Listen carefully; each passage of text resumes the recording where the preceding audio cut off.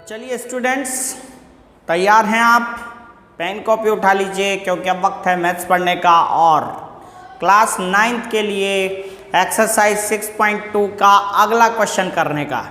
देखिए question number 3 हमने last video तक क्वेश्चन नंबर 2 तक कंप्लीट करा दिया था। क्वेश्चन नंबर 3 है कि फिगर 6.30 यानी 6.30 जो है एक फिगर है, उसमें इफ यदि ए बी पैरेलल है सी डी के यानी ए बी समांतर है सी डी के और E F perpendicular to C D यानी ई एफ लंब है सी डी के एंड एंगल जीईडी कोण जीईडी बराबर 126 डिग्री दे रखा है, तो हमें पता करना है, ज्ञात करना है एजीई, जीईएफ और एफजीई, ये तीनों एंगल्स, तीनों कोण पता करने हैं। चलिए हम जैसा कि जानते हैं समांतर रेखाएं हों तो एकांतर कोण बराबर होते हैं, संगत कोण बराबर होते हैं और एक ही ओर के अंतः कोणों का योग 180 डिग्री होता है। If two lines are parallel and transversal intersect them then corresponding angles are equal, alternate angles are equal and the sum of two interior angles of same side of transversal is 180 degree. तो देखिए यहाँ पे हम देखते हैं हमें कौन सा एंगल दिया है, जीईडी दिया है 126। देख लेते हैं जीईडी। देखिए जब भी 3 अक्षर में कोई एंगल का नाम लिखा हो, 3 अक्षर में लिखा है, उसका मतलब ये होता है कि वो एंगल बीच वाले अक्षर पे बनता है, बीच वाले लेटर पे बनता है। तो जीईडी देखते हैं, जीईडी, इसका मतलब इन लाइनों से ये एंगल बन रहा है और ये टोटल एंगल जो है 126 डिग्री है, राइट। अब हमें पता क्या करना है, जीईडी पता चल गया, यहाँ चित्र में हमने उसका नंबर डाल दिया है, जीईडी 126 डिग्री है, मतलब यहाँ से लेके यहाँ तक का जो पूरा एंगल है 126 है और ये 90 डिग्री है। तो अगर ये 90 हम कम कर दें तो ये बीच का एंगल आ जाएगा। तो बीच का एंगल पूछा है कि नहीं पूछा क्वेश्चन में, जीईएफ पूछा है जी। क्वेश्चन नंबर 2 जो है इसका वो पूछा गया है जीईडी। तो हम इसको ऐसे निकाल सकते हैं। कैसे निकालेंगे, यहाँ से यहाँ तक एंगल हमें पता है, यहाँ 90 है तो 90 126 में से कम कर देंगे 36 आ जाएगा। लेकिन अभी पहले हम बात करते हैं एजीई की। एजीई ये वाला एंगल एजीई ये निकालना है हमें। तो ध्यान रखिएगा ये और ये लाइन पैरेलल हैं, समांतर हैं, और समांतर रेखाओं को कोई तिर्यक रेखा काटे तो संगत कोण बराबर होते हैं। संगत कोण बराबर यानी करस्पॉन्डिंग एंगल्स आर इक्वल, एकांतर कोण भी बराबर होते हैं, एकांतर कोण भी बराबर होते हैं। अल्टरनेट एंगल्स आर इक्वल, याद है ना मेरे प्यारे बच्चों, ध्यान रखिएगा दोनों बातों को। जब भी ऐसी लाइनें पैरेलल हों और एक तिर्यक रेखा उन्हें काटे, ट्रांसवर्सल इंटरसेक्ट करे, तो संगत कोण यानी करस्पॉन्डिंग एंगल्स बराबर होते हैं, एकांतर कोण यानी अल्टरनेट एंगल्स इक्वल होते हैं।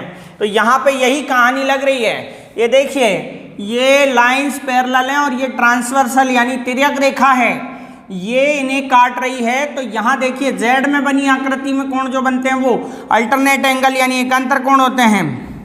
तो यहाँ देखिए ये जेड बन रहा है और ये एंगल और ये यहाँ से यहाँ तक का एंगल दोनों इक्वल होंगे ना। तो हल करते हैं, पहले हम दिया है लिखते हैं, दिया है यानी गिवन। गिवन में क्या है, A B parallel to C D, E F perpendicular to C D और एंगल जी ई डी बराबर 126 डिग्री ज्ञात करना है, ज्ञात करना है। फाइंड क्या करना है, एंगल ए जी ई बराबर question mark, angle G E F बराबर question mark, angle F G बराबर क्वेश्चन मार्क।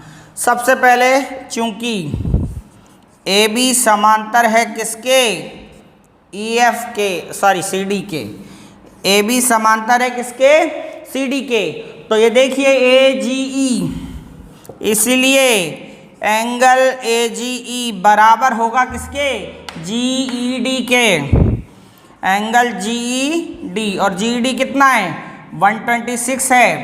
ये बराबर हो गए और ये हमारा पहला आंसर आ गया। इसका कारण भी लिख देते हैं, क्यों बराबर किए हमने, क्योंकि ये एकांतर कोण हैं, अल्टरनेट एंगल्स हैं। तो ये पहला आंसर हमारा आ गया है जो हमसे पूछा गया था। AGE का मान ज्ञात कीजिए। तो AGE हमने कैसे निकाला, AGE GED के बराबर है, अल्टरनेट एंगल है, एकांतर कोण है। AGE GED 126 दे रखा था GED, तो ये AGE भी 126 होगा। पहला आंसर कंप्लीट हो गया। दूसरा पूछा है GEF, GEF देखिए मैंने आपको बताया था यहां से यहां तक का पूरा एंगल 126 है, ये 90 है, तो हम इसे निकालने के लिए 126 में से 90 कम कर देंगे, तो बहुत ही आसान है। अब नाउ एंगल GED बराबर है 126 डिग्री। ऐसे शुरू करेंगे सवाल को। GED, अब GED के दो पार्ट करेंगे। GED के पार्ट करेंगे GEF प्लस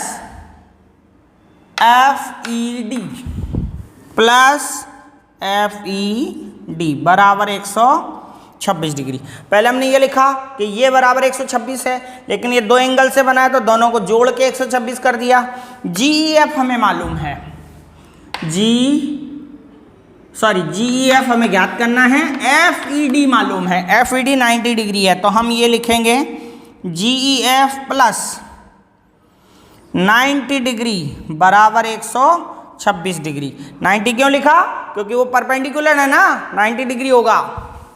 चलिए ये मैं मिटा देता हूं और अब 90 को हम उधर ले जाएंगे, तो एंगल GEF बराबर 126 माइनस 90 डिग्री, तो एंगल GEF आ गया आपका 36 डिग्री। ये हमारा दूसरा आंसर हो गया। तीसरा क्वेश्चन क्या है हमारा, तीसरा क्वेश्चन हमसे पूछा गया FGE,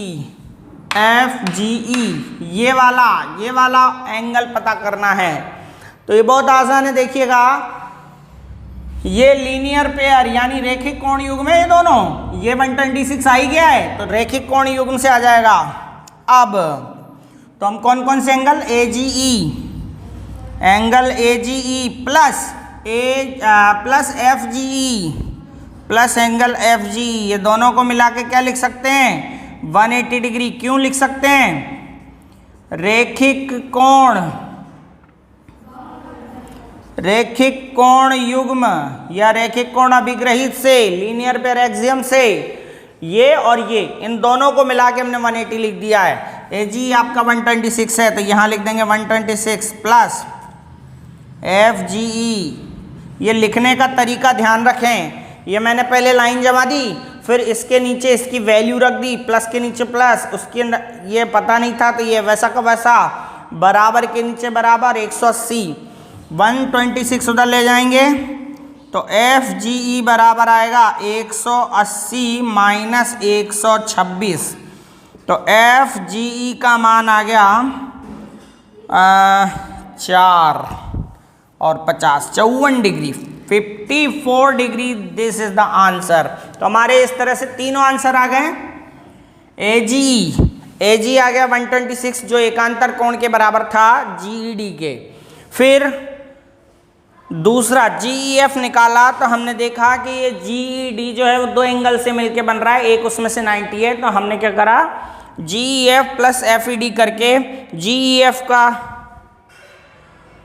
GEF की वैल्यू पता करनी थी, FED 90 था तो 90 लिख दिया। 90 जैसे ही हमने कम किया तो GEF की वैल्यू आ गई 36। इसके बाद हमारा ये वाला पता करना था, तो ये दोनों रैखिक कोण युग्म है यानी लीनियर पेयर एक्सियम है, लीनियर पेयर है, इसीलिए दोनों का योग करके 180 कर दिया और इधर वाला 126 माइनस कर दिया है, तो ये हो गया आपका FGE। अगर आपको हमारा वीडियो पसंद आए तो लाइक ज़रूर कीजिएगा, और नए हैं अगर आप चैनल पे तो चैनल को सब्सक्राइब ज़रूर करें। हम आपके लिए बहुत प्रयास कर रहे हैं, आगे भी करते रहेंगे। चलते हैं नेक्स्ट क्वेश्चन पर। तो next question number 4 6.2 class 9 NCERT book, ये रहा फिगर 6.31 में आपको दे रखा है चित्र 6.31 में PQ पैरेलल टू ST, यानी PQ ST के समांतर है। PQR बराबर 110 110 डिग्री और एंगल RST बराबर 130 डिग्री। एंगल PQR कौन सा है? PQR ये रहा, देखिए 110 डिग्री है। और RST ये वाला एंगल दे रखा है, ये आपके दे रखा है 130 डिग्री 130 डिग्री। ये दोनों एंगल दे रखे हैं और पूछा है QRS, ज्ञात कीजिए QRS। ये वाला एंगल पता करना है, QRS। एंगल को हमेशा बीच वाले लेटर से देखिए, QRS ये वाला एंगल पता करना है। तो बहुत इसमें थोड़ा सा मुश्किल काम यह है कि दो समांतर रेखाएं तो दे रखी हैं, ये देखिए पैरेलल लाइंस गिवन है पर इंटरसेक्ट नहीं कर रही है कोई भी तिर्यक रेखा उनको, दो रेखाओं को। देखिए ये दोनों रेखाएं, इसको ये अलग से कर रही है और इस वाली रेखा को ये अलग से इंटरसेक्ट कर रही है, ये रेखा इन दोनों को नहीं कर रही। तो ऐसी कंडीशन में क्वेश्चन हमारा थोड़ा सा, हमारे 3-4 रूल जो हमने पढ़े हैं उनसे करना थोड़ा मुश्किल हो रहा है। कैसे हो रहा है कि लीनियर पेयर एक्सियम नहीं लगा सकते क्योंकि सीधी रेखा पर कोई एंगल्स नहीं बन रहे हैं। शीर्षाभिमुख कोण नहीं लगा सकते क्योंकि कोई दो रेखाएं एक दूसरे को नहीं काट रही हैं। इसके बाद संगत कोण अभिग्रहित नहीं लगा सकते, यानी कि करस्पॉन्डिंग एंगल एक्सियम नहीं लगा सकते क्योंकि दो रेखाएं समांतर तो हैं पर उनको कोई तिर्यक रेखा काट नहीं रही है। तब हमें क्या करना पड़ेगा, जब हमारे रूल्स काम नहीं कर रहे हो तब हमें उन रूल को फॉलो कराने के लिए कुछ ना कुछ कंस्ट्रक्शन यानी चित्र में कोई रचना या संशोधन करना पड़ता है। तो चित्र में संशोधन करने के लिए मुझे देखना पड़ेगा कि मैं क्या कर सकता हूं ताकि ये वाला एंगल हमारा आ जाए। हम ऐसा नहीं करें कि इन दोनों रेखाओं के पैरेलल एक लाइन खींच लें क्योंकि दोनों आपस में समांतर हैं, तो एक रेखा यहाँ से खींच दें तो एक तिर्यक रेखा उन्हें काट जाएगी। तो तिर्यक रेखा काट जाएगी तो हमारे संगत कोण, एकांतर कोण ये सब अभिग्रहित काम कर जाएंगे। मैं यहाँ पर एक ऐसी रेखा बना देता हूँ, इसका नाम मैं लिख देता हूँ XY मैं इसका नाम लिख देता हूँ। और ये मैंने रेखा बना दी और ये मैंने कैसे बनाई है, R से होते हुए PQ और ST के समांतर रेखा बनाई है। ये दोनों आपस में समांतर हैं, तो ये हम एक कंस्ट्रक्शन यहाँ पे करेंगे। तो सबसे पहले हम लिखेंगे, दिया है गिवन, क्या गिवन है कि PQ समांतर है ST के, पैरेलल टू ST, और एक दे रखा angle PQR is equals to 110 और angle RST is equals to 130 degree 130 degree. और ज्ञात करना है, क्या ज्ञात करना है, फाइंड ज्ञात करना है आपको QRS ज्ञात करना है। अब यहाँ पे हम एक चित्र में रचना कर रहे हैं, इसीलिए हम इसको टॉपिक डालना पड़ेगा कंस्ट्रक्शन नाम के टॉपिक में हमने क्या रचना की, कैसे चित्र को संशोधित किया वो लिखेंगे। हमने क्या किया था, XY को R से होते हुए ऐसे बनाया कि वो PQ के समांतर हो जाए। तो ड्रॉ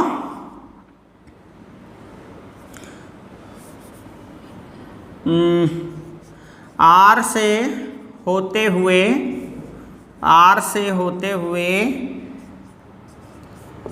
एक रेखा XY खींची जो PQ व ST के समांतर है, PQ व ST के समांतर है। इंग्लिश में लिखेंगे, drew a line XY from R which is parallel to PQ and ST। ठीक है, ये हमने लिखा, R से होते हुए एक रेखा XY खींची जो कि PQ व ST के समांतर है। अब हम यहाँ पर क्वेश्चन को सॉल्व कर रहे हैं, बहुत आसान है। अब देखिए आप, ये रेखा और ये रेखा समांतर है तो लिखेंगे चूंकि PQ समांतर है किसके, XY के, इसीलिए अब जब दो रेखाएं समांतर होती हैं तो हमारे तीन बातें हमें हमेशा याद रखनी है। जब भी हमारे पास समांतर रेखा आ जाए, तीन बातें याद रखनी है। संगत कोण बराबर होते हैं, एकांतर कोण बराबर होते हैं और एक ही ओर के अंतः कोणों का योग 180 डिग्री होता है। ये तीन बातें याद रखनी है। तो यहाँ पर हमारा पहला रूल फॉलो कर रहे हैं, तीसरा रूल, इसमें हम ये दोनों एंगल्स ले लेते हैं। जो तिर्यक रेखा, ये तिर्यक रेखा हुई और इसकी एक ही तरफ है ये, और ये अंतः कोण है। तिर्यक रेखा के एक ही ओर के अंतः कोण है ये और ये, तो इन दोनों का योग 180 होगा क्योंकि ये और ये पैरेलल है। तो हम लिख देंगे angle PQR plus angle XRQ, angle XRQ बराबर 180 डिग्री होगा। क्यों होगा, कारण लिख देते हैं, तिर्यक रेखा के एक ही ओर के अंतः कोण, interior angle of same side of transversal, ये आपको इंग्लिश में लिखना है इंग्लिश वालों को, और इसको हम इक्वेशन नंबर फर्स्ट नेम दे देते हैं। या फर्स्ट नेम नहीं दें तो हम एंगल निकाल ही लेते हैं। PQR अपने पास 110 है तो ये 110 प्लस XRQ बराबर 180, 110 उधर ले जाइए तो XRQ आ गया आपका 180 माइनस 110 डिग्री, तो XRQ आ गया 70 डिग्री, ओनली 70 डिग्री XRQ, यानी ये वाली वैल्यू हमारे पास 70 डिग्री आ गई। सिमिलरली इसी प्रकार हम देखें तो ST और RY भी पैरेलल हैं। ST पैरेलल है RY, यहाँ कर देता हूँ। इसलिए ST और RY जब पैरेलल हैं तो फिर ये और ये दोनों कोणों का योग भी 180 होगा। TSR या RST प्लस एंगल SRY बराबर 180 होगा। RST आपके पास 130 डिग्री है तो 130 यहाँ रख दीजिए, इसके नीचे SRY पता कर लीजिए, 130 उधर ले जाते हैं तो SRY बराबर हो गया ये आपका 50 डिग्री। डायरेक्ट कर दूं मैं, SRY 50 डिग्री हो गया, यानी ये एंगल आ गया आपका 50 डिग्री। अब क्वेश्चन बहुत आसान हो गया। कैसे हो गया, क्योंकि एक सीधी रेखा है XY और इस पर यहाँ पे R पे तीन कोण बन रहे हैं, ये और ये, इन तीनों का योग 180 होगा और तीनों का योग 180 होगा, दो हमें पता चल गया, तीसरा कोण आ ही जाएगा। तो चलिए करते हैं नाउ। अब क्या करना है, XRQ, angle XRQ plus angle QRS, plus angle SRY, तीनों का योग 180 होगा।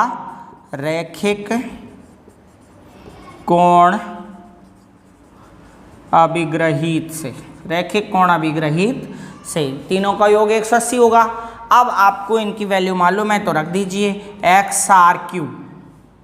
XRQ आपका है 70 डिग्री, ये पता करना है QRS, तो QRS का QRS प्लस SRY आपके पास है 50 डिग्री तो 50, और इन दोनों को जोड़ के घटा दीजिए तो QRS यहाँ पर आएगा 180 माइनस ये 70 और 50 120 होगा, 120 कम कर दीजिए तो QRS बराबर आ गया आपका 60 डिग्री, और ये हमारा आंसर है।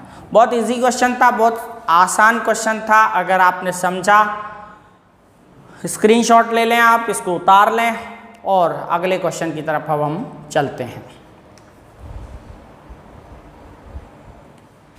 चलिए क्वेश्चन नंबर 5 करते हैं। Class 9th NCERT book, Hindi English medium सबके लिए। क्वेश्चन नंबर 5 है 6.2 एक्सरसाइज का। यहाँ पर दे रखा है इन फिगर 6.32, ये 6.32 की फिगर है, आपको बुक में दे रखी होगी।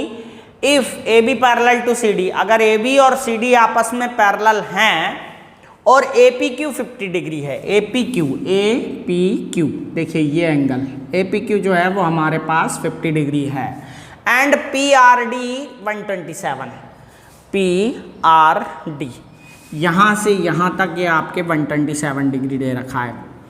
और एक्स वाई पता करने हैं, एक्स ये रहा, वाई ये रहा, दोनों पता करने हैं। तो हम लगाते हैं हमारे पिछले नियमों की जानकारी का जुगाड़ और करते हैं मेरे प्यारे बच्चों सॉल्व इसको। देखिए मैं पहले यहाँ पर चित्र में आपको बता देता हूँ, फिर मैं आपको सीक्वेंसली समझाऊंगा।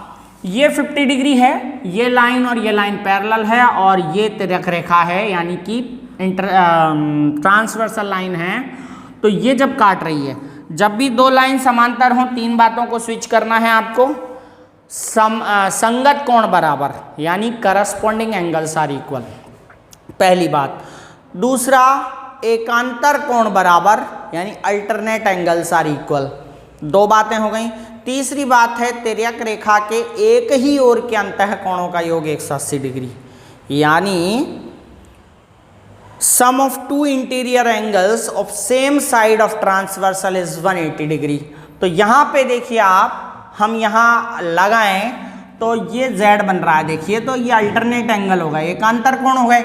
एकांतर कोण Z में बनते हैं ना, तो ये 50 है तो X तो 50 आएगा ही आएगा। तो हमारे X तो बहुत आसानी से आ गया, X का मान तो आ गया हमारे पास 50 डिग्री। तो ये तो मैं चित्र में समझा रहा हूँ, बाकी लिख के दिखाऊंगा आपको कैसे करना है। फिलहाल समझ में आ गया आपको। अब हम देखें कि ये 50 आ गया और ये एकांतर कोण और है, देखिए यहाँ से यहाँ तक और ये, तो 127 में से अगर हम 50 घटा दें, क्योंकि ये और ये बराबर होंगे, तो ये 50 घटा दें तो y आ जाएगा। तो बहुत आसानी से अब हम करने वाले हैं, दोनों एकांतर कोण से ही निकलेंगे। तो देखते हैं, गिवन में लिख देते हैं AB पैरेलल टू CD। अब हम सॉल्व करते हैं लिख के अच्छे से। APQ बराबर 50 डिग्री, PRD बराबर 127 डिग्री। ज्ञात करना है अपन को x एंड y, x और y के मान पता करने हैं। चूंकि AB समांतर है CD के, ये बात लिखना जरूरी है क्योंकि इससे हमारे संगत कोण बराबर होंगे, एकांतर कोण बराबर होंगे और एक ही ओर के अंतः कोणों का योग 180 डिग्री होगा। तो सबसे पहले हमने चूंकि लगा के AB समांतर CD लिख दिया। इसलिए करेंगे, इसलिए क्या होगा कि एंगल APQ बराबर होगा एंगल PQR के, एंगल PQR के। और कितना है ये APQ? 50 डिग्री है, तो PQR भी 50 होगा। अतः X APQ बराबर X बराबर 50 डिग्री और X का मान हमारा आ गया।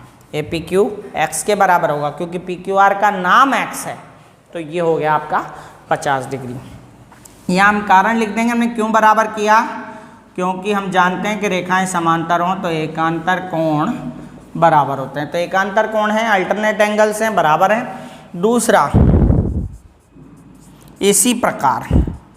इसी प्रकार देखिए आप एंगल APR बराबर होगा किसके? PRD के। अब APR यहाँ पे दो कोणों से मिलके बना है। APR जो है वो APQ और QPR से बना है। तो हम लिख देते हैं APR के दो टुकड़े करके, क्या क्या लिखेंगे? APQ plus QPR। और PRD हमारे पास कितना है? 127 डिग्री है, 127 लिख दीजिए। और यहाँ भी कारण लिखना है कि क्यों हमने इनको बराबर किया, क्योंकि ये एकांतर कोण हैं।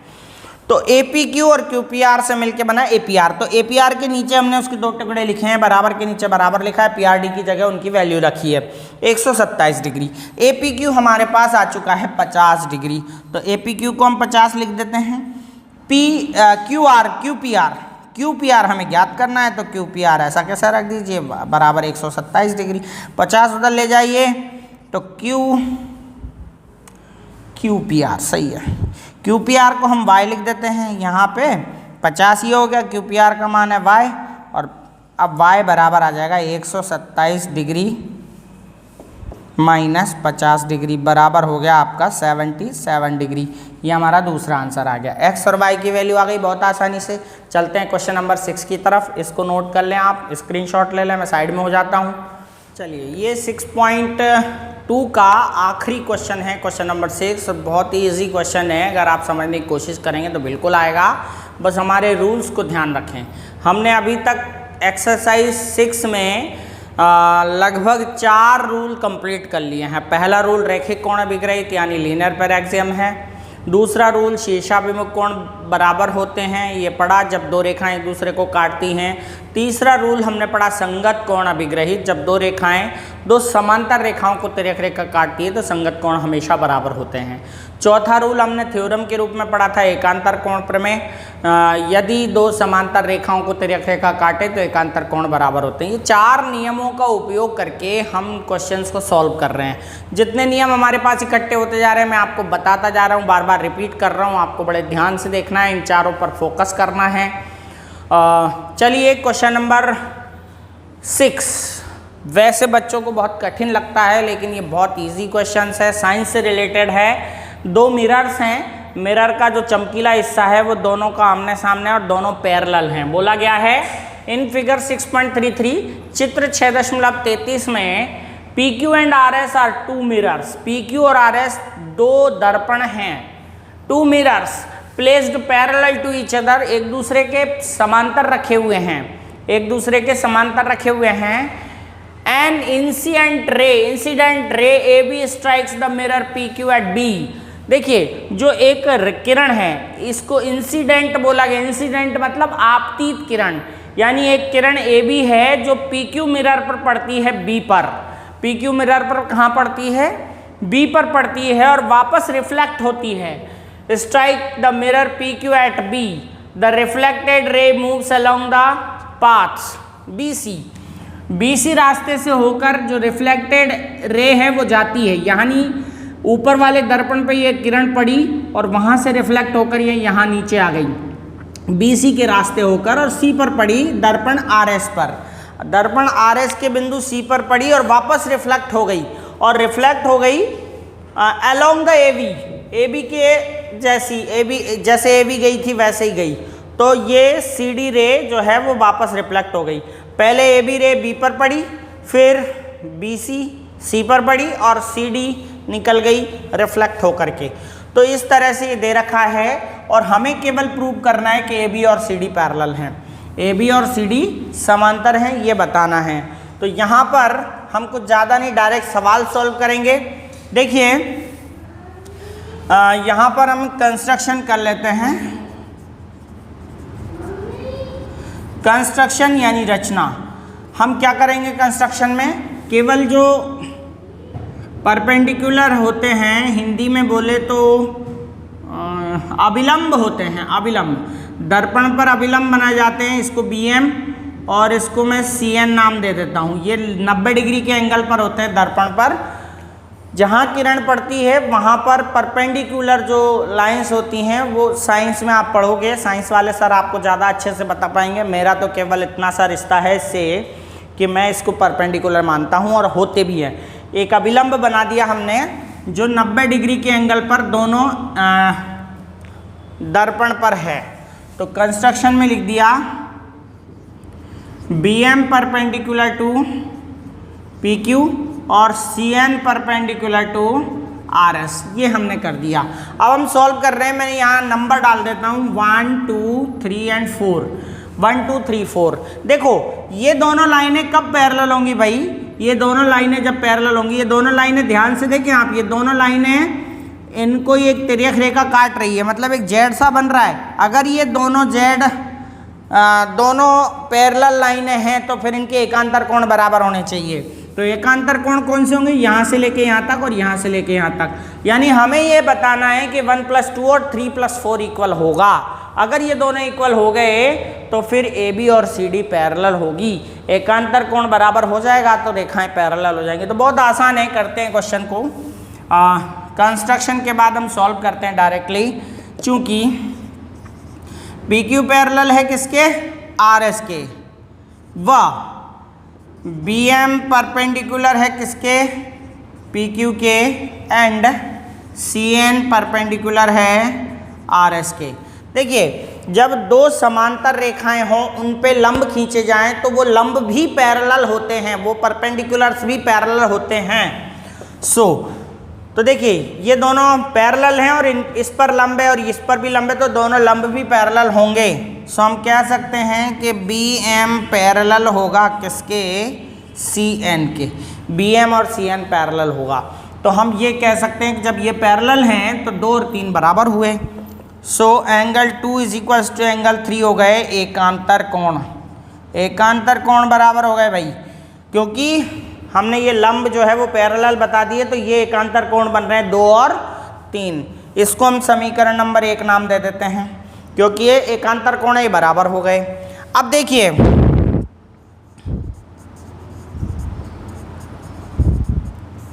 अभिलंब के दोनों तरफ कोण बराबर होते हैं। जो परपेंडिकुलर होता है उसके दोनों तरफ के कोण बराबर होते हैं। तो ये और ये आपने साइंस में अगर नहीं पढ़ा है तो साइंस वाले टीचर से पूछिएगा कि किसी भी मिरर पर जो इंसिडेंट रे होती है, आपतित किरण होती है, और जो परावर्तित किरण होती है वो अभिलंब से बराबर कोण बनाते हैं। ये एंगल बराबर होते हैं। तो मैं यही बात कर रहा हूँ कि ये इंसिडेंट रे है और ये रिफ्लेक्टेड रे है, दोनों ही अभिलंब से बराबर एंगल बनाएंगी। यही मैंने यहाँ लिखा है कि अभिलंब के दोनों तरफ कोण बराबर होते हैं। तो 1 और 2 बराबर होगा, 1 बराबर होगा 2 के। एंगल 1 और एंगल 2 इक्वल होंगे। इक्वेशन नंबर 2 हो गई। एंड एंगल 3 और 4 भी इक्वल होंगे, तो angle 3 is equal to angle 4 हो गया। इक्वेशन नंबर 3 हो गई। ठीक है। अब अगर हम देखें समीकरण 1, 2 व 3 से, समीकरण 1, 2 व 3 से, समीकरण 1, 2 व 3 से हम देखें तो 1 2 के बराबर है, 3 4 के बराबर है, 2 और 3 के बराबर, तो 1 और 4 भी तो बराबर होगा। 1 और 4 भी तो बराबर होगा।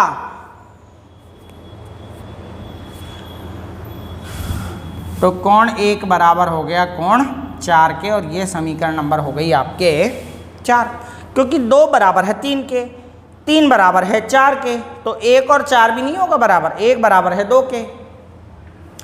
तो इस तरह से हमारे पास ये आ गया 1 बराबर 4 और 2 बराबर 3। ये 2 समीकरण हमारे पास हैं। 2 बराबर 3 की समीकरण पहली है और 1 बराबर 4 की समीकरण चौथी है। दोनों समीकरणों को जोड़ देते हैं हम। समीकरण 1 और सेकंड को जोड़ने पर सेकंड नहीं, फोर्थ को जोड़ने पर देखिए 1 बराबर 4 और 2 बराबर 3 आ गया। हम दोनों को जोड़ देते हैं ताकि ये और ये पूरा का पूरा एंगल बराबर आ जाए और हमारा एकांतर कोण बराबर होने पर रेखाएं समांतर हो जाएंगी। तो 1 और 2, 1 + 2, देखिए समीकरण 4 और समीकरण 1 को जोड़ा है। समीकरण 4 में 1 में है 2 और समीकरण 4 में 1, तो 1 और 2 इस साइड जुड़ जाएंगे। और ये समीकरण 1 में है 3 और समीकरण 4 में है 4, तो ये जुड़ जाएंगे। देखिए दोनों का LHS जोड़ लिया, 2 और 1 था इधर जोड़ दिया, 3 और 4 था उधर जोड़ दिया। 1 + 2 का मतलब क्या हो गया? 1 + 2 का मतलब हो गया ABC, और 3 + 4 का मतलब हो गया BCD, एंगल BCD। अब यहाँ लिख देते हैं जब एकांतर कोण बराबर हैं तो